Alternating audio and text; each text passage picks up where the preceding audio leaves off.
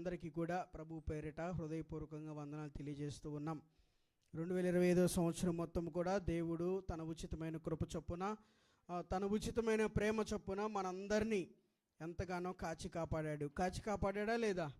దేవుడు గనక లేకపోతే ఈరోజు మనం సజీవులుగా ఆయన ఆరాధించుకోగలిగే వాళ్ళము కాదేమో.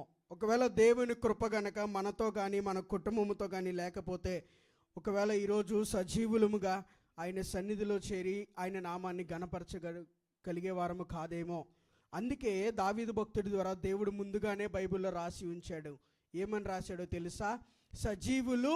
సజీవులే కదా నిన్ను ఆరాధించేది, మన్ను నిన్ను స్తుతించదు కదయ్యా. ఒక మనిషి సజీవుడిగా ఉంటేనే కదా నిన్ను ఆరాధించగలిగేది. నిన్ను ఆరాధించాలంటే ఇప్పుడు మనిషి ఎలా ఉండాలి? సజీవుడిగా ఉండాలి. కాబట్టి నీ కృప మనిషికి దయచేయి ప్రభువా అని దావీదు భక్తుడు ప్రార్థన చేస్తున్నాడు. హల్లెలూయా. ఎంతైనా మనం దేవునికి కృతజ్ఞులమై ఉన్నాం, ఎంతైనా దేవునికి మనం సాక్షులమై ఉన్నాం. దేనికి అంటే ఆయన మనల్ని సజీవులుగా కాచి కాపాడినందుకు ఆయనకు మనం సాక్షులమై ఉన్నాం. హల్లెలూయా. చూద్దాం బైబిల్ గ్రంథంలో నుండి ఈరోజు చదువుకున్న కీర్తనల గ్రంథం 54వ కీర్తన. ఒకసారి 54వ కీర్తన మనం ఆలోచన చేస్తే, దావీదు భక్తుడు ఈ కీర్తన రాస్తూ దేవుని సన్నిధిలో మోకరించి ప్రార్థన చేస్తూ ఏ సందర్భంలో ఈ కీర్తన రాస్తున్నాడు? పైన చక్కగా రాయబడింది, ఒకసారి చూడండి. తంతి వాయిద్యములతో పాడదగినది జిఫీలు వచ్చి దావీదు మాలో దాగి ఉన్నవాడు కాడా సౌలుతో చెప్పినప్పుడు. అంటే దీన్ని బట్టి మన దావీదు ఏ సందర్భంలో ఈ కీర్తన రాస్తున్నాడు? శత్రువు చేతిలో దావీదు పడినప్పుడు. ఏ సందర్భంలో రాస్తున్నాడు?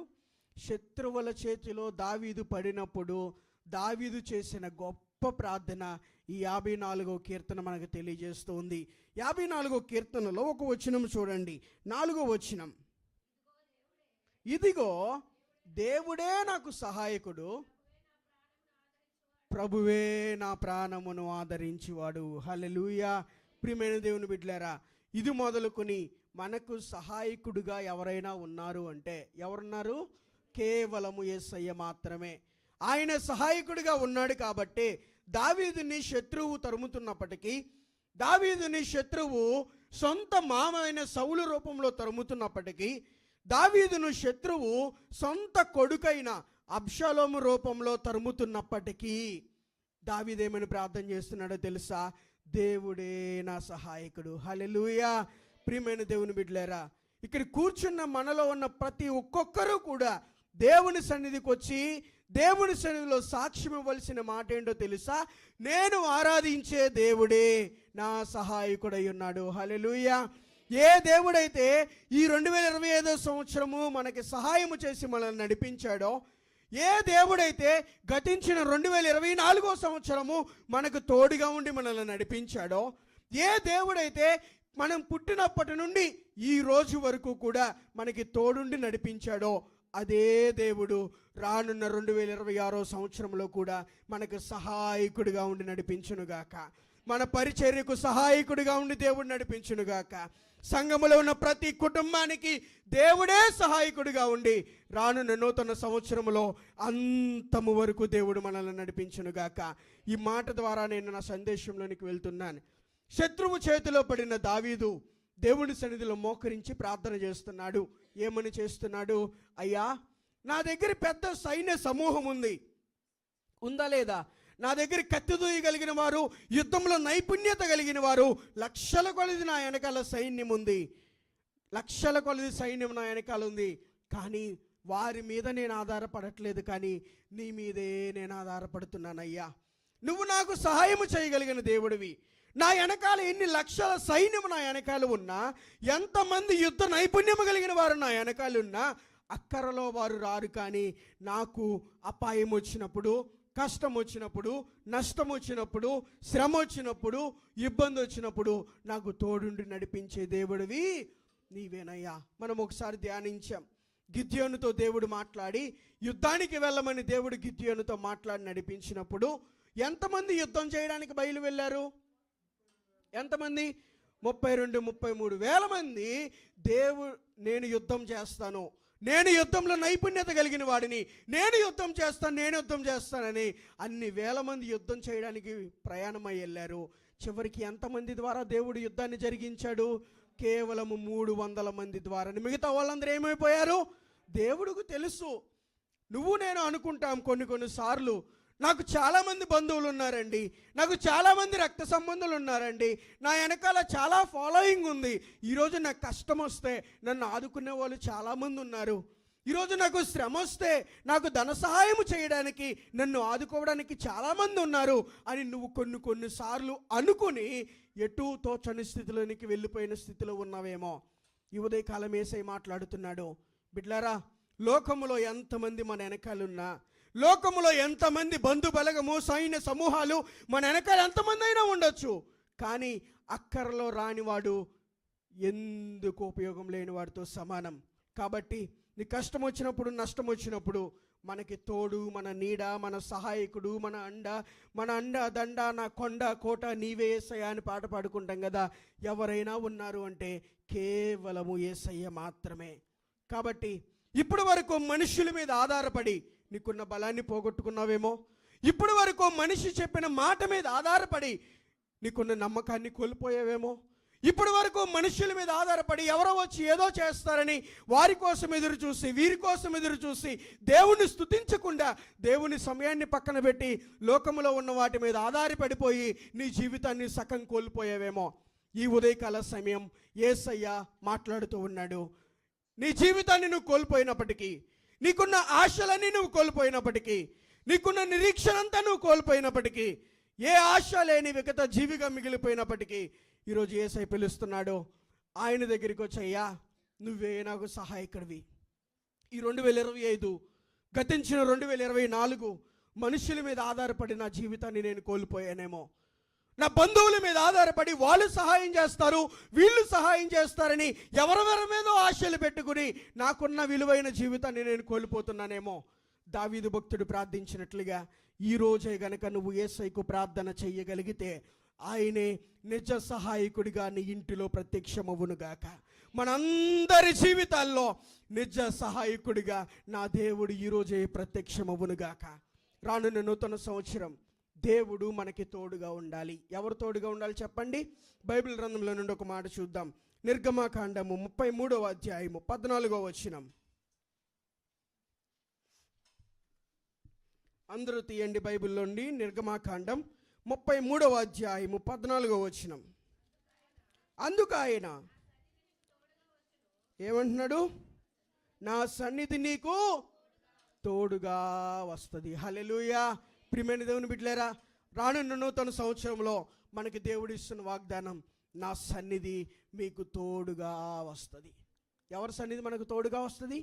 దేవుడి సన్నిధి మనకి తోడుగా వస్తే మన జీవితంలో ఏ కార్యము దేవుడు చేస్తాడో తెలుసా? బైబిల్లో ఇశ్రాయేలీల ప్రజలు ఐగుప్తు బానిసత్వము నుండి బయటకు తీసుకురాబడిన తర్వాత, ఇశ్రాయేలీల ప్రజలు ఫరో బానిసత్వపు కాడి నుండి మోషే ద్వారా బయటికి నడిపించబడిన తర్వాత అరణ్య మార్గంలో ప్రయాణం చేస్తూ వెళుతున్నారు. ప్రయాణం చేస్తూ వెళుతుంటే మోషే ద్వారా దేవుడు మాట్లాడుతూ ఉంటున్నాడు, బిడ్లారా, ఏ దేవుడైతే మిమ్మల్ని ఐగుప్తు దేశంలో నుండి విడిపించాడో, ఏ దేవుడైతే మిమ్మల్ని ఐగుప్తు బానిసత్వంలో నుండి క్షేమముగా బయటకు తీసుకొచ్చాడో, ఆ దేవుని యొక్క సన్నిధి కాంతి పాలు తేనెలు ప్రవహించి దేశం వెళ్ళే వరకు మనకు తోడుగా ఉంటుంది. హల్లెలూయా. ఎలా నమ్మగలవయ్యా అంటే, దేవుని యొక్క మందసాన్ని వారు తీసుకుని వెళ్ళారా వెళ్ళలేదా? దేవుని మందసాన్ని తీసుకుని వెళ్ళినప్పుడు దేవుని మందసం అనగా దేవుని సన్నిధి ఎప్పుడైతే ఓబేదేం అనే భక్తుడి ఇంటిలో పెట్టబడిందో, ఓబేదేం ఇల్లు ఏమైపోయింది? అప్పటి వరకు లేని ఆశీర్వాదం, అప్పటి వరకు లేని దీవెన, అప్పటి వరకు లేని ఆశీర్వాదం, అప్పటి వరకు లేని ఆనందం, అప్పటి వరకు లేని సంతోషం ఎప్పుడైతే దేవుని సన్నిధి ఓబేదేము ఇంటిలోనికి వెళ్ళిందో, కోల్పోయినవన్నీ ఓబేదేం పొందుకోగలిగాడు. హల్లెలూయా. ప్రియమైన దేవుని బిడ్డలారా, ఈ ఉదయకాల సమయంలో దేవుడు ఇక్కడ కూర్చున్న మనందరికీ సెలవిస్తున్న మాట ఏంటో తెలుసా? నా సన్నిధి మీకు తోడుగా వస్తుంది. ఇక్కడ కూర్చున్న మనందరము ఇక్కడి నుంచి వెళ్ళేటప్పుడు ఆయన సన్నిధిని మనతో తీసుకువెళ్ళగలిగితే, ఆయన సన్నిధిని నీ చేత పట్టుకుని నీతో పాటు నీ ఇంటికి తీసుకువెళ్ళగలిగితే ఓబేదేమీలుని ఆశీర్వదించిన దేవుడు నీ జీవితంలో ఏదైతే నువ్వు కోల్పోయావో, ఏదైతే ఈ 2025 సంవత్సరంలో జరగాలి అనుకున్నావు కానీ జరగలేదు, ఇంకా 3 దినాలు మాత్రమే మన మధ్యలో ఉన్నాయి, ఇంకా కార్యము జరగటం లేదా? ఏ కార్యమైతే నా కుటుంబంలో జరగాలయ్యా, ఏ కార్యమైతే ఈ 2025 నా జీవితంలో జరగాలని నేను ఎంతో ఆశపడ్డాను, నా కుటుంబంలో ఈ రక్షణ కార్యం చూడాలని నేను ఆశపడ్డాను, కానీ 2025 జరగలేదు. నిరుత్సాహపడద్దు. యేసయ్య సన్నిధిని నీతో పాటు తీసుకువెళితే మునిపెన్నడు లేని దీవెనలు నా యేసయ్యకి ఇవ్వడానికి సహాయకుడు. మునిపెన్నడు లేని ఆనందం, మునిపెన్నడు లేని సంతోషం, మునిపెన్నడు నువ్వు చవి చూడని ఆనందాన్ని నా దేవుడు ఈరోజు ఆయన సన్నిధి కాంతి ద్వారా మన ఒక్కొక్కరికి ఇవ్వబోతూ ఉన్నాడు. ఇందాక పాట పాడుకున్నాం కదా, భాగ్యమే సౌభాగ్యమే నీ దివ్య సన్నిధి. నీ సన్నిధిలో ఏముందంట? బహు విస్తారమైన కృప ఆయన సన్నిధిలో మన కోసం దాచి ఉంచాడు. ఈ కృప అంతా ఎవరి కోసం? ఆయన సన్నిధిలో ఉన్న సంతోషం ఎవరి కోసం?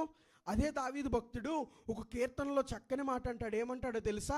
అయ్యా, లోకములో నేను రాజుగా ఉన్నాను కానీ నాకు సంతోషం కలగలేదు. లోకములో నేను ఒక రాజు పదవిలో ఉన్నాను, ఒక ప్రధానమంత్రి స్థానంలో ఉన్నాను, కానీ నాకు తృప్తి ఎక్కడా కలగలేదు. నాకు నిజమైన తృప్తి ఎక్కడ కలిగిందో తెలుసా? నీ సన్నిధిలో ఉన్న సంతోషము చేత నేను తృప్తి కలిగి ఉన్నాను అంటాడు. హల్లెలూయా. ప్రియమైన దేవుని బిడ్డలారా, ఈ చివరి ఆదివారం కృతజ్ఞత ఆదివారంగా మనం అనుకుంటున్నాం కదా. నీ జీవితంలో నుంచి దేవుడు కోరుకుంటుంది, నీ జీవితంలో నుండి దేవుడు ఆశపడుతుంది. ఈ సంవత్సరము ముగించే ముందు, ఈ సంవత్సరమును ముగించుకుని 2026 సంవత్సరంలోనికి అడుగు పెట్టబోయే నువ్వు, దేవుడు నీ దగ్గర నుంచి, నీ కుటుంబము దగ్గర నుంచి, మన సంఘము దగ్గర నుంచి, సంఘములో ఉన్న ఒక్కొక్కరి గురించి దేవుడు ఏం కోరుకుంటున్నాడో తెలుసా? పూర్తి నమ్మకంతో దేవుడిని సహాయకుడిగా నువ్వు ప్రతిష్ఠించాలి. ఇప్పటి వరకు మనుషుల మీద కొంత, లోకములో కొంత, దేవుని మీద కొంత ఆధారపడి దేవుడిచ్చే మహిమను కోల్పోయేవేమో, ఒకవేళ నిరీక్షణ కోల్పోయేవేమో, ఒకవేళ బ్రతుకు మీద ఆశ కోల్పోయేవేమో. నా అనుకున్న వారందరూ నాకు దూరం అయ్యారు, నాకు సహాయం చేసేవారు ఎవరూ లేరు అని జీవితం మీద ఆశను కోల్పోయేవేమో. జీవితం మీద ఆశను కోల్పోయిన దావీదు మనతో మాట్లాడుతున్నాడు. నేను శత్రువు చేతికి అప్పగింపబడినప్పటికీ, శత్రువైన సౌలు నన్ను చంపడానికి తరుముతున్నప్పటికీ దేవుడే నా సహాయకుడు. ఈ మాట ఎందుకు చెప్పగలిగాడో తెలుసా? ఆయన సన్నిధి కాంతి దావీదుతో ఉందని దావీదు గుర్తెరిగాడు. ఈరోజు ప్రియమైన దేవుని బిడ్డలారా, దేవుడు మనతో మాట్లాడుతున్న మాట కూడా రానున్న నూతన సంవత్సరంలో దేవుడు తన సన్నిధి కాంతిని మనకు తోడుగా ఉంచి మనల్ని నడిపించబోతూ ఉన్నాడు. దేవుడు తోడై ఉంటే మనకేం కార్యం జరిగిద్ది? ఒక 2-3 చూద్దాం. చూడండి, బైబిల్ గ్రంథంలో నుండి సమూయేలు మొదటి గ్రంథం, బైబిల్ గ్రంథంలో నుండి సమూయేలు మొదటి గ్రంథం 17వ అధ్యాయము 37వ వచనం.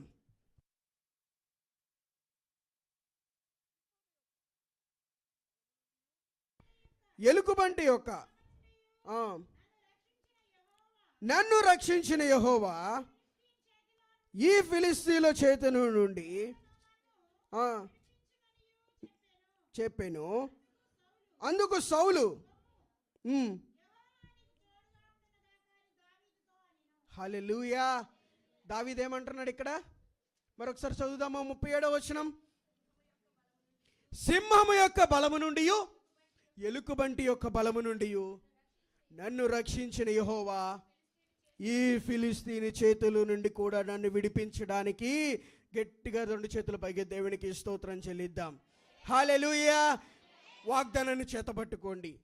నీ వాగ్దానములను చేతబట్టి నీ ముఖముపై దృష్టి ఉంచినామయ్యా అని పాడుకున్నావు కదా. ఈ వాగ్దానాన్ని చేతపట్టుకో. ఏ వాగ్దానమో తెలుసా?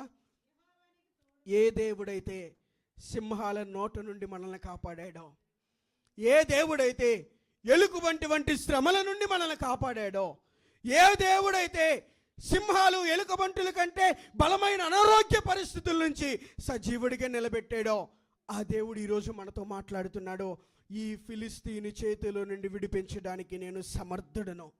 ఫిలిస్తీయుడు అనగా గొల్యాతును మనం జ్ఞాపకం చేసుకుంటాం. ఫిలిస్తీయుడు అంటే ఎవరు?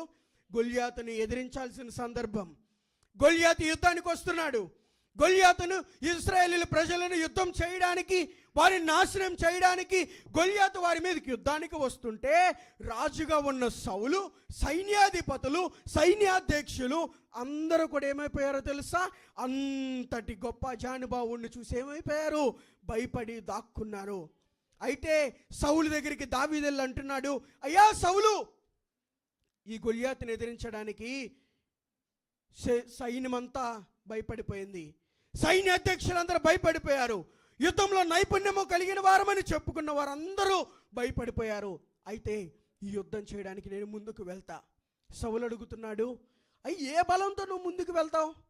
నువ్వు చూస్తే చిన్నవాడివిగా ఉన్నావు, నువ్వు చూస్తే గొర్రెలు కాసుకునే ఒక సామాన్య వ్యక్తిగా ఉన్నావు, నువ్వు చూస్తే బలము లేనిగా బలహీనుడిగా ఉన్నావు, ఏ ధైర్యంతో నువ్వు వెళ్తావని దావీదును అడుగుతుంటే, దావీదు చక్కటి మాట అంటున్నాడు, ఏ దేవుడైతే సింహాల బలం నుండి నన్ను విడిపించాడో, ఏ దేవుడైతే ఎలుకబంటి బలం నుండి నన్ను విడిపించాడో, ఆ దేవుడి పక్షముగా నేను యుద్ధ భూమిలో అడుగు పెట్టబోతున్నాను. హల్లెలూయా.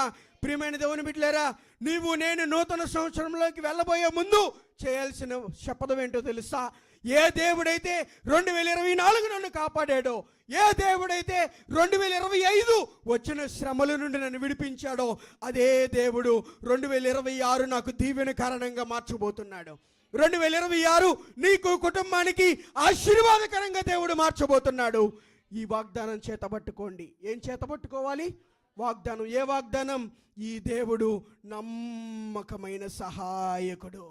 నువ్వు యుద్ధ భూమిలోనికి వెళ్తే నిన్ను ఒంటరిగా విడిచిపెట్టే దేవుడు కాదు. యుద్ధ భూమిలో అడుగు పెడితే ఏ కాకిలాగా నిన్ను విడిచిపెట్టే దేవుడు కాదు. బైబిల్ అంటుంది, ఎక్కడ 2-3 ఆయన నామములో చేరి ప్రార్థన చేసి ఏకీభవిస్తారో వారి మధ్యలో దేవుడు ఏం చేస్తాడంట? సన్నిధిలోనే కాదమ్మా, నువ్వు ఒంటరిగా ఉన్న స్థితిలో, నువ్వు ఏ స్థితిలో ఒంటరి అయిపోయావో, ఏ స్థితిలో ఒంటరి జీవితాన్ని గడుపుతున్నావో, ఆ స్థితి నా యేసయ్యకు తెలుసు. యేసయ్య దగ్గరికి వచ్చి సహాయకుడిగా నువ్వు అంగీకరిస్తే, యేసయ్య దగ్గరికి వచ్చి విమోచకుడిగా నువ్వు అంగీకరిస్తే, ఈ ఉదయకాలం దేవుడు మాట్లాడుతున్నాడు.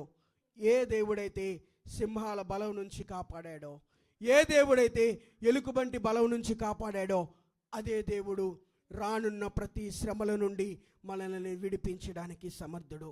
మొట్టమొదటిగా ఆయన సన్నిధి కాంతి మనకు తోడుగా ఉంటే, ఆయన కృప మనకి తోడుగా ఉంటే, ఆయన కాపుదల మనకి తోడుగా ఉంటే, దేవుడు అంటున్నాడు, శత్రువుపై విజయాన్ని నీకు అనుగ్రహించేవాడనై ఉన్నాను.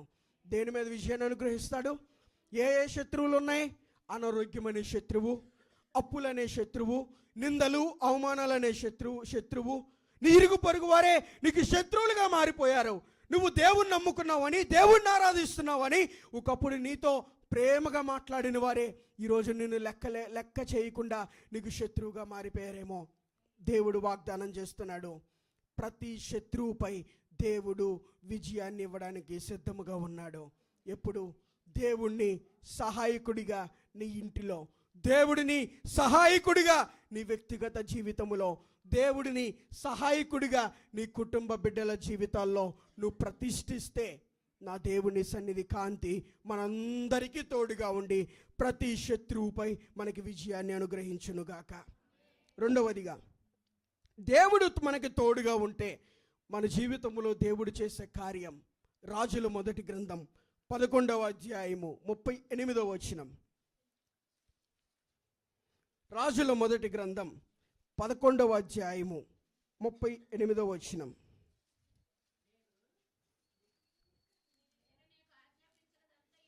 నేను నీకు ఆజ్ఞాపించినదంతయు నీవు విని నా మార్గములను అనుసరించి నడుచుచు జరిగించుచు దావీదు చేసినట్లు నా కట్టడలను నా ఆజ్ఞలను గైకొని ఎడల నేను నీకు తోడుగా ఉండి దావీదు కుటుంబమును శాశ్వతముగా నేను స్థిరపరిచినట్లు మిమ్మును కూడా స్థిరపరచి ఇశ్రాయేలు వారిని. హల్లెలూయా, హల్లెలూయా. ఇంకొక వాగ్దానం దేవుడు చేస్తున్నాడు. ఇవన్నీ ఎందుకు చెప్తున్నానంటే, నూతన సంవత్సరంకి వెళ్ళేటప్పుడు మనం ఈ వాగ్దానాలు చేత పట్టుకుని కొత్త సంవత్సరంలోకి అడుగు పెట్టుదుముగాక. మొట్టమొదటి ఏ వాగ్దానం దేవుడు చేశాడు? ఆయన సహాయకుడిగా నువ్వు అంగీకరిస్తే, ఆయన సహాయకుడిగా నీ జీవితంలో ప్రతిష్ఠిస్తే, ఆయన సన్నిధి కాంతంట మనకు తోడుగా ఉంచి రానున్న ప్రతి శత్రువు నుండి ముందుగానే నా దేవుడు విడిపిస్తాను అని వాగ్దానం చేశాడు. రెండవదిగా దేవుడు మాట్లాడుతూ అంటున్నాడు, ఏ దేవుడైతే దావీదుని తన కుటుంబాన్ని స్థిరపరిచాడో, ఏ దేవుడైతే దావీదుని శత్రువు నుంచి కాపాడి, ఏ దేవుడైతే ప్రాణం పోవలసిన దావీదుని సజీవుడిగా నిలబెట్టి రాజసింహాసనం మీద కూర్చోబెట్టాడో, ఏ దేవుడైతే దావీదుని ఫిలిస్తీన్లు ఎదిరించడానికి శక్తినిచ్చి యుద్ధములో మంచి జయాన్నిచ్చి దావీదుని తన కుటుంబాన్ని స్థిరపరిచాడో, అదే దేవుడు ఈరోజు మనతో మాట్లాడుతున్నాడు. నిన్ను, నీ కుటుంబాన్ని శాశ్వతముగా దేవుడు స్థిరపరచబోతున్నాడు. శాశ్వతమైన కృపతో మనల్ని స్థిరపరచబోతున్నాడు. ఎప్పుడు ఈ వాగ్దానములను చేతపట్టుకొని ఆయన ముఖ దర్శనము చేసుకుంటూ ఆయన సన్నిధిలో ప్రార్థించుకుంటూ వెళ్ళిపోతే, యేసయ్య అంటున్నాడు రెండవదిగా, ఆయన మనకు తోడై ఉంటే, ఆయన సన్నిధి కాంతి మనకి తోడుగా ఉంటే మనల్ని దేవుడు అంటున్నాడు స్థిరపరుస్తాడు. ఏం చేస్తాడు? ఏం చేస్తాడు? స్థిరపరుస్తాడు. నీ ఆత్మీయ జీవితంలో దేవుడు నిన్ను స్థిరపరుస్తాడు. నీకున్న ఆర్థిక స్థితిలో నా దేవుడు నిన్ను స్థిరపరుస్తాడు. నీకున్న ఆరోగ్య విషయంలో నా దేవుడు నిన్ను స్థిరపరుస్తాడు. దేవుణ్ణి అంగీకరిస్తావా? దేవుని సహాయకుడిగా ఈ సంవత్సరంలోనే, ఈ చివరి దినాల్లోనే నీతో యేసయ్యని ఈరోజు తీసుకెళ్ళగలుగుతావా? దావీదు చెప్పినట్లుగా గుండెల మీద చేసుకుని, నీవే నా సహాయకుడు అయ్యా, నీవు తప్ప నాకు ఈ లోకంలో ఎవరూ లేరయ్యా, నీ సన్నిధి కాంతి నాకు తోడుగా ఉండు అంటే ప్రతి శత్రువు నుండి నా దేవుడు విడిపించడానికి సమర్థుడు. నిన్ను ఏలుబడి చేస్తున్న ప్రతి అపవాది క్రియల నుండి నా దేవుడు విడిపించడానికి సమర్థుడు. అంత మాత్రమే కాదు, మనల్ని స్థిరపరచడానికి సమర్థుడు. స్థిరపరచడం అంటే ఎలా ఉంటుందో తెలుసా? బైబిల్ గ్రంథం సెలవిస్తుంది, బండ మీద కట్టబడిన ఇల్లు ఎలా ఉంటుందో తెలుసా? ఎలా ఉంటుంది? ఎన్ని తుఫానులు వచ్చినా, గాలివానలు వచ్చినా, పెద్ద పెద్ద తుఫానులు వచ్చినా కానీ బండ మీద కట్టబడిన ఇల్లు ఏం చేయదు? ఏమాత్రము కదలనే కదలదు. ప్రియమైన సంగమా, మన ప్రతి కుటుంబము కూడా ఎవరి మీద కట్టబడాలో తెలుసా? బైబిల్ సంబోధిస్తుంది, బండగా పిలువబడుతున్న క్రీస్తు మీద మన కుటుంబాలు కట్టబడునుగాక. ఒక స్థిరమైన బండగా పిలువబడుతున్న యేసు క్రీస్తు ప్రభువారి మీద మన సంఘము కట్టబడునుగాక. యేసయ్యలో నువ్వు కట్టబడితే, యేసయ్య మీద నువ్వు కట్టబడితే, యేసయ్య ప్రేమలో నువ్వు కట్టబడితే, నా దేవుడు నిన్ను ఎన్నడూ కదలనిచ్చే దేవుడు కాదు. ఎన్ని తుఫాన్లైనా రావచ్చు, ఎన్ని అప్పులైనా రావచ్చు, ఎన్ని సమస్యలైనా, ఎన్ని ఆర్థిక ఇబ్బందులైనా దేవుడు అంటున్నాడు, ఆయన మీద నువ్వు కట్టబడితే నిన్ను కదలనివ్వడు. అదే దావీదు భక్తుడు అంటున్నాడు, కొండల తట్టున కనులెత్తుచున్నాను, సహాయము నాకు ఎక్కడి నుండి వచ్చునని కొండల తట్టు వెళ్ళి నేను ప్రార్థించినప్పుడు దేవుడు నాతో మాట్లాడాడేమనో తెలుసా? సియోను కొండ మీద నుండి నా దేవుడు నన్ను ఆశీర్వదించబోతున్నాడు. సియోను కొండగా పిలువబడుతున్న యేసు క్రీస్తు ప్రభువారు ఈ ఉదయకాల సమయంలో మనకు వాగ్దానం చేస్తున్నాడు. దావీదుని స్థిరపరిచినట్లుగా ఒక్కొక్క మనందరి కుటుంబాన్ని దేవుడు స్థిరపరచబోతున్నాడు. భయపడొద్దు. నా జీవితం ఏమైపోద్దని భయపడొద్దు. నా కుటుంబం ఏమైపోద్దని భయపడొద్దు. దేవుడు నాకు సహాయం చేయటం లేదని భయపడొద్దు. నమ్మండి, రానున్న దినాల్లో నూతన సంవత్సరంలో స్థిరపరిచే దేవుడిగా మన ఒక్కొక్క కుటుంబాన్ని దేవుడు లేవనెత్తునుగాక. శత్రు సైన్య సమూహాల నుండి దేవుడు విడిపించునుగాక. మనందరినీ క్రీస్తు అనే బండ మీద కట్టి ఆయన సన్నిధిలో మనందరినీ స్థిరపరచునుగాక. మూడో మాట, దేవుడు మనకి తోడుగా ఉంటే మన జీవితంలో దేవుడు చేసే కార్యం. రాజుల 2వ గ్రంథం,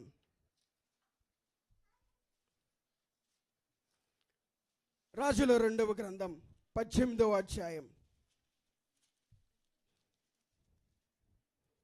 7వ వచనం. కావున, జాగ్రత్తగా వినండి, కావున యెహోవా అతనికి తోడుగా ఉండెను గనుక తాను వెళ్ళిన చోటనెల్లా గట్టిగా చప్పట్లు కొడుతూ యేసయ్య నామాన్ని కనపరుద్దాం.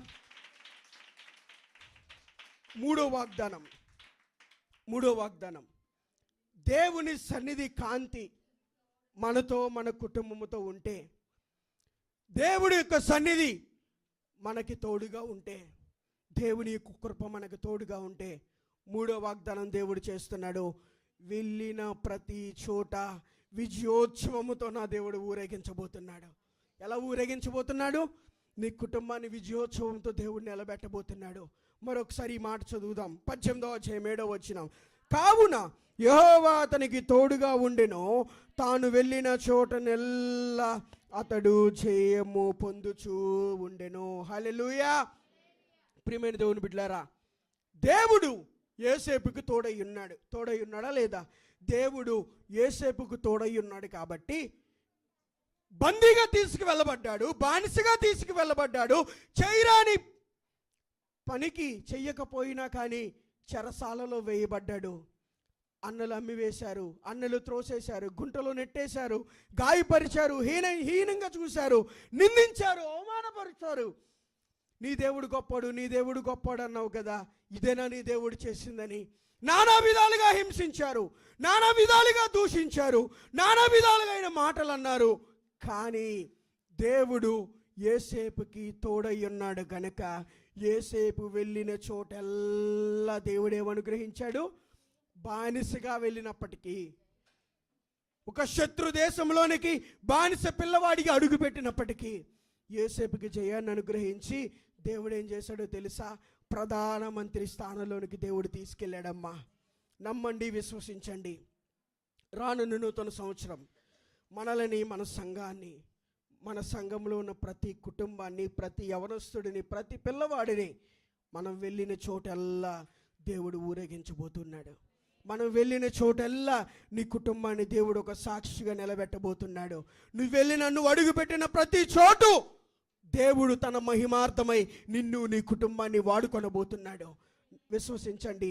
దేవుడి సన్నిధి కాంతి మనకి తోడుగా వస్తే, దేవుడి యొక్క సన్నిధి కాంతి ఈ రోజు నుంచి నీ కుటుంబంలోనికి అనుమతిస్తే, దేవుని యొక్క మందస్సాన్ని ఓబేదేము తన ఇంటిలో చేర్చుకున్నట్లుగా ఈ ఉదయకాల సమయంలో యేసయ్యను నీ ఇంటిలోకి చేర్చుకుంటే, యేసయ్యను నీ హృదయంలోనికి చేర్చుకుంటే అంటున్నాడు, సింహపులి బలము నుండి, ఎలుకబంటి బలము నుండి ఏ దేవుడైతే కాపాడాడో రానున్న ప్రతి శత్రువు శ్రమ నుండి దేవుడు మనల్ని కాపాడే దేవుడై ఉన్నాడు. రెండవదిగా, దావీదుని దేవుడు ఏ విధంగా స్థిరపరిచాడో, దావీదు కుటుంబాన్ని ఏ విధంగా దేవుడు ఈరోజు అనేక మందికి మాదిరికరంగా ఉంచాడో, అదే దేవుడు మనల్ని, మన కుటుంబాన్ని క్రీస్తు అనే బండ మీద మనందరినీ స్థిరపరచబోతూ ఉన్నాడు.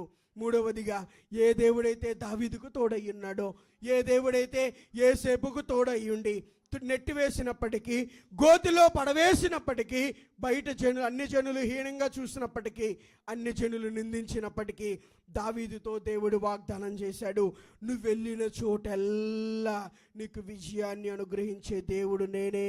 హల్లెలూయా. ప్రియమైన దేవుని బిడ్డలారా, మనం వెళ్ళిన ప్రతి చోటు దేవుడు మనల్ని ఎలా ఊరేగించబోతున్నాడు?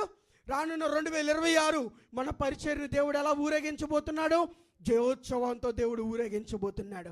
రానున్న 26వ సంవత్సరంలో మనల్ని, మన కుటుంబాలని దేవుడు ఎలా ఊరేగించబోతున్నాడు? విజయోత్సవంతో దేవుడు ఊరేగించబోతున్నాడు. నువ్వు అనుకోవచ్చు, నాకంత స్తోమత లేదు కదండి. నువ్వు అనుకోవచ్చు, నాకంత బలం లేదు కదా. నువ్వు అనుకోవచ్చు, నాకంత స్తోమత, నాకంత శక్తి లేదు కదా. కానీ దేవుడు చూసేది నీలో ఉన్న శక్తిని కాదు. దేవుడు చూసేది నీ దగ్గరున్న ధనాన్ని కాదు. దేవుడు చూసేది నీవు చేయగలవా, నీ బలం ఉందా, సామర్థ్యం ఉందా కాదు. దేవుడు ఏం చూస్తాడో తెలుసా? ఆయన మీద నువ్వెంత డిపెండ్ అయి బ్రతుకుతున్నావు. దేవుడు నీ దగ్గర ఏం చూస్తున్నాడో తెలుసా? కష్టం వచ్చినప్పుడు దేవుని మీద ఆనుకోగలుగుతున్నావా? చిన్న శ్రమ వచ్చినప్పుడు దేవుని మీద విశ్వాసంతో ఆనుకోగలుగుతున్నావా? చిన్న నిందొచ్చినప్పుడు, చిన్న అవమానం వచ్చినప్పుడు, చిన్న భయం ఏదో నీ ఇంటిలో వచ్చినప్పుడు పూర్తి విశ్వాసంతో దేవుడి మీద నీ విశ్వాసాన్ని కనపరచగలుగుతున్నావా? ప్రియమైన దేవుని బిడ్డలారా, ఈ ఉదయకాల సమయంలో దేవుడు మన ఒక్కొక్కరితో మాట్లాడుతూ ఉన్నాడు. ఆయన సన్నిధి మనకి తోడుగా ఉంటే శత్రువుల నుండి దేవుడు మనల్ని కాపాడుతాడు. ఆయన సన్నిధి మనకి తోడుగా ఉంటే మనల్ని క్రీస్తు అనే బండ మీద స్థిరపరుస్తాడు. ఆయన సన్నిధి మనకి తోడుగా ఉంటే మనం వెళ్ళే ప్రతి చోట దేవుడు విజయోత్సవంతో మన కుటుంబాన్ని ఊరేగించబోతున్నాడు. నీ పిల్లలను దేవుడు విజయోత్సవముతో ఊరేగించబోతున్నాడు. నీ భర్త చేస్తున్న చేతి పనిలో ఒక విజయోత్సవముతో దేవుడు ఊరేగించబోతున్నాడు. బట్ ఆయన సన్నిధి కాంతి నీ ఇంటిలో ప్రకాశింపచేయాలి. చివరిగా ఒక్క మాట, దేవుడు మనకి తోడుగా ఉంటే మన జీవితంలో ఏ కార్యం చేస్తాడు? దినవృత్తాంతాల మొదటి గ్రంథం 4వ అధ్యాయం.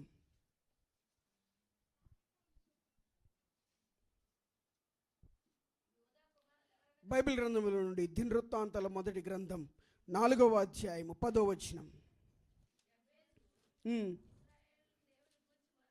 మొర్రపెట్టి,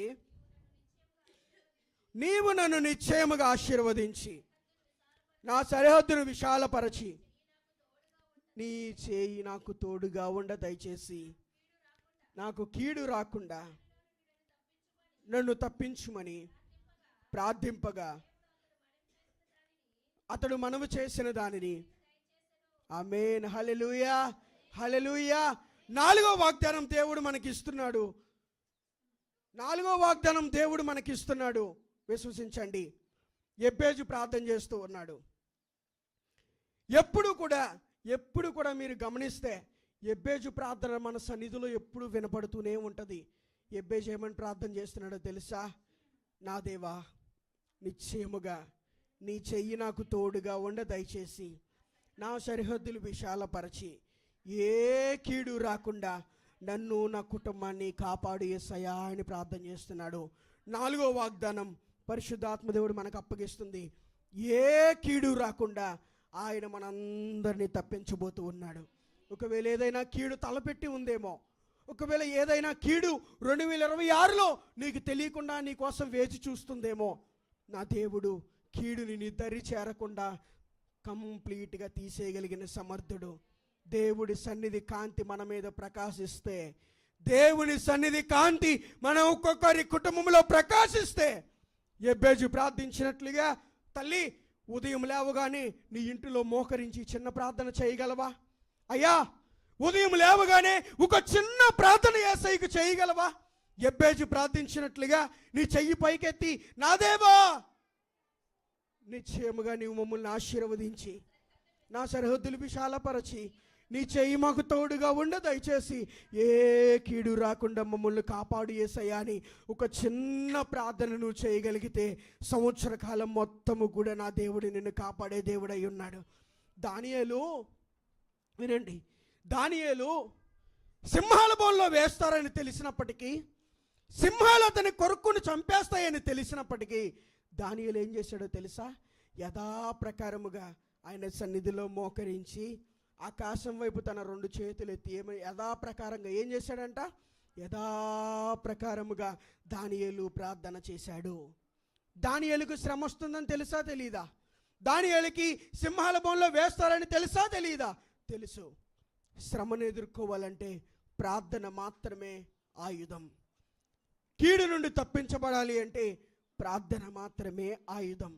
అదే ప్రార్థన ఎబ్బేజు చేస్తున్నాడు. అయ్యా, ఏ కీడైతే నా మీద పొంచి ఉన్నదో, ఒకవేళ ఏదైనా కీడు రానున్న సంవత్సరంలో మా మీద ఏలుబడి చేయడానికి సిద్ధముగా ఉన్నదేమో, ఒకవేళ ఏదైనా అపవాది తంత్రాలు మా కుటుంబం మీద ఏలుబడి చేస్తున్నాయేమో, ఏదైనా శాపం మా కుటుంబం మీద ఏలుబడి చేస్తుందేమో, ఏదైనా అవిధేయత ఒకవేళ మా కుటుంబం మీద ఏలుబడి చేస్తుందేమో, నువ్వు ప్రార్థన చేయి. రానున్న సంవత్సరంలో ప్రతి కీడు నుండి నన్ను తప్పించేసయ్యా, ప్రతి సమస్య నుండి నన్ను తప్పించేసయ్యా, ప్రతి అపవాది తంత్రముల నుండి మమ్మల్ని తప్పించేసయ్యా. మా కుటుంబం ఎందుకు ఇలా అయిపోతుంది? మా కుటుంబం ఎందుకు ఇలా దిగజారిపోతుంది? మా కుటుంబం ఎందుకు ఇలా రోజు రోజుకి క్షీణించిపోతుంది? మా కుటుంబ పరిస్థితి ఎందుకయ్యా? ఎందుకు ఒకప్పుడు బాగానే ఉంది కదా, ఈరోజు ఎందుకు నేను ఇలా అయిపోతున్నాను అని వీళ్ళ దగ్గర నీ మనవి పెట్టేటప్పటికి సమయం అయిపోతుంది. ఎవరి దగ్గర మనవి పెడతావు? యేసయ్య దగ్గరికి రా. దావీదుని సౌలు చేతకు అప్పగిస్తున్న సందర్భంలో దావీదు మాట్లాడుతున్న మాట, దేవుడే నాకు సహాయకుడు, ఆయనే నాకు తోడుగా ఉండి నన్ను ఏం చేస్తాడు? ఆదరిస్తాడు.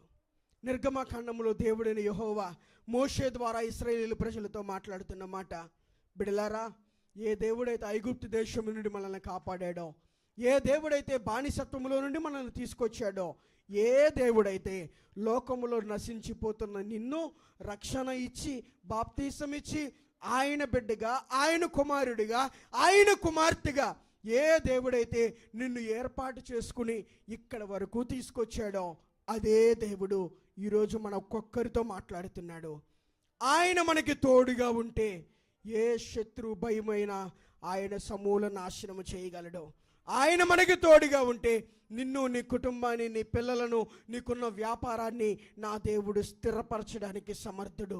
ఆయన సన్నిధి నీకు తోడుగా ఉంటే, ఆయన కృప నీకు తోడుగా ఉంటే, ఆయన ప్రేమ నీకు తోడుగా ఉంటే, నీ వెళ్ళిన ప్రతి చోట, నీ బిడ్డలు అడుగుపెట్టిన ప్రతి చోట, నీ భర్త అడుగుపెట్టిన ప్రతి చోట, ఈ పరిచర్య అడుగుపెట్టిన ప్రతి చోట, సేవకులు అడుగుపెట్టిన ప్రతి చోట విజయోత్సవముతో నా దేవుడు ఊరేగించువాడై ఉన్నాడు.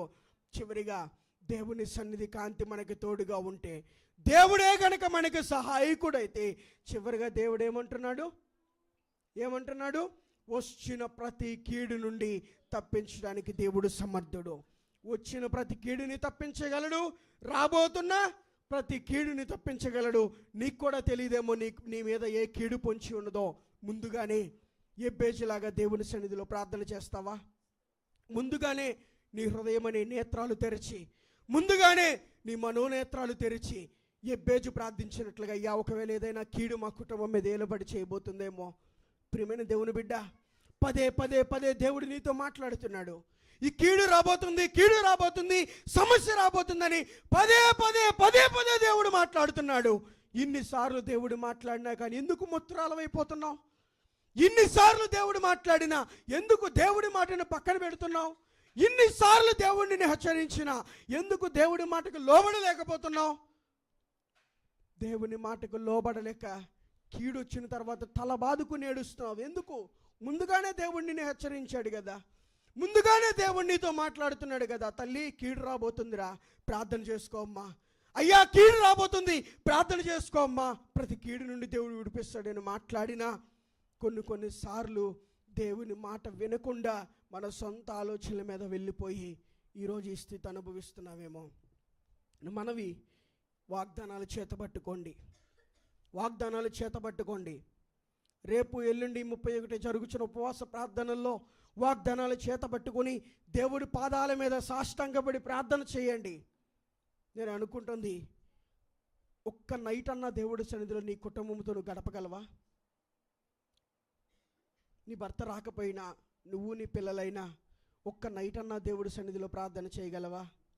మనకుంది కేవలము 2 నైట్లే అండి. 29, 30 2 రాత్రులే ఉన్నాయి. 31 ఎలాగో అందరం కలిసి దేవుడిని ఆరాధన చేస్తాం. ఈ 29, 30 నేను మీకు చెప్పాలనుకుంటున్న మాట, ఒక్క నైట్ అన్నా దేవుని పాదాల మీద పడి కన్నీరు కార్చి ప్రార్థన చేయగలవా? నైట్ మొత్తం నేను ప్రార్థన చేయమని చెప్పట్లేదు. 9:30కి ఆరాధన అయిపోతుంది. 10 గంటల నుంచి 12 వరకు, 12కి పడుకోండి. మంచిగా 4కి లేచి 4 నుంచి 6 వరకు మరలా ప్రార్థన చేసుకుని 6కి నీ ఇంటికి వెళ్ళండి. ప్రార్థించి చూడండి, రాబోతున్న ప్రతి కీడు నుండి నా దేవుడు తప్పించడానికి సమర్థుడు. ఎందుకు ఈ భారం, ఎందుకు ఈ కష్టం, నేనే ఎందుకు ప్రార్థన చేయాలనుకోవద్దు. దినాలు చాలా భయంకరంగా ఉన్నాయి. ఒకటే ప్రార్థన చేయండి. 26వ సంవత్సరం నీకు, మన కుటుంబానికి, మన సంఘానికి దీవెన కారణంగా, ఆశీర్వాద కారణంగా, కీడు నుండి తొలగించే సంవత్సరముగా మార్చబడాలి అంటే 2 రోజులు గడువు నీకుంది. దేవుడి సన్నిధిలో ప్రార్థన చేయి, దేవుడి సన్నిధిలో మోకరించు, సాష్టాంగపడు, పడుకుని ప్రార్థన చేయి, నుంచుని ప్రార్థన చేయి. నువ్వు ఎలా చేయగలుగుతావు అలా చేయి. నీ కన్నీరు బొట్టు యేసయ్య పాదాల మీద పడితే ప్రతి కీడు నుండి నా దేవుడు తొలగిస్తాడు. ప్రతి కీడు నుండి నా దేవుడు తొలగిస్తాడు. సేవకులు చూస్తున్నారు, వాళ్ళెవరో చూస్తున్నారు, వీళ్ళెవరో చూస్తున్నారని కాదు. నీకు నువ్వు ఒక తీర్మానం చేసుకోయ్యా, రేపు రాత్రి నీ సన్నిధిలో నేను ఉండి ప్రార్థన చేస్తానయ్యా. లేకపోతే మంగళవారం రాత్రి నీ సన్నిధిలో ఉండి నైట్ మొత్తం నీ సన్నిధిలో నేను గడుపుతానయ్యా. మూలుగుచు నిన్ను ఆరాధన చేస్తూ నీకు సాష్టాంగపడి ప్రార్థన చేస్తానయ్యా. నా కుటుంబాన్ని జ్ఞాపకం చేసుకోయేసాయి అంటే ఈ 2025 సంవత్సరంలో ఏదైతే నువ్వు కోల్పోయావో, ఏ ఆత్మీయ జీవితం అయితే నువ్వు కోల్పోయావో, ఏ శత్రువు అయితే నీ మీద ఏలుబడి చేస్తుందో, ఏ అపవాదం అయితే నీ మీద ఏలుబడి చేస్తుందో, ఏ అనారోగ్యమనే సమస్య అయితే నీ జీవితం మీద, నీ కుటుంబం మీద ఏలుపడి చేస్తుందో, ఏ అప్పులు అనే కీడు నీ కుటుంబం మీద ఏలుపడి చేస్తుందో విశ్వసించండి, నా దేవుడు విడిపించడానికి సమర్థుడు, విడిపించడానికి స్థిరపరచువాడు, మనల్ని బలపరిచేవాడు, శత్రువు నుండి కాపాడే దేవుడు, విజయోత్సవంతో మనల్ని ఊరేగించే దేవుడు, మనం వెళ్ళిన ప్రతి చోటెల్లా మనకి తోడుగా ఉండి మన కుటుంబాన్ని స్థిరపరిచే దేవుడు మనకి తోడై ఉన్నాడు. చిన్న మాటలో దేవుడు దీవించునుగాక.